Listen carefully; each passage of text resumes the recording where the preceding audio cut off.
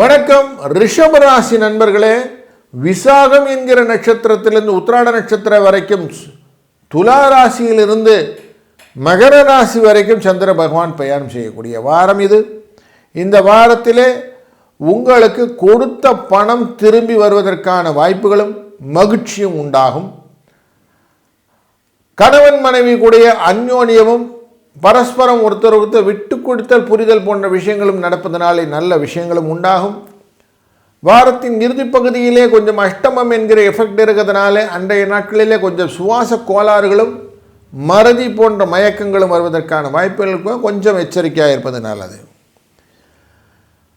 அயன சயன போகம் கௌரவ பதவிகள் கொடுப்பதற்கான மகர ராசிக்குள்ளே வரும்போது வாரத்தின் கடைசியிலே நல்ல தன யோகத்தையும் பித்தா யோகம் என்கிற தந்தை மொழியுடைய வாழ்க்கையின் பயணங்களும் நன்னாக அமையும். ஏற்கனவே சூரியன் நமக்கு மகர ராசியில் இருப்பதனாலே உங்களுக்கு சுகத்தையும் நல்ல பலனையும் தருவார். வாழ்க வளத்துடன்.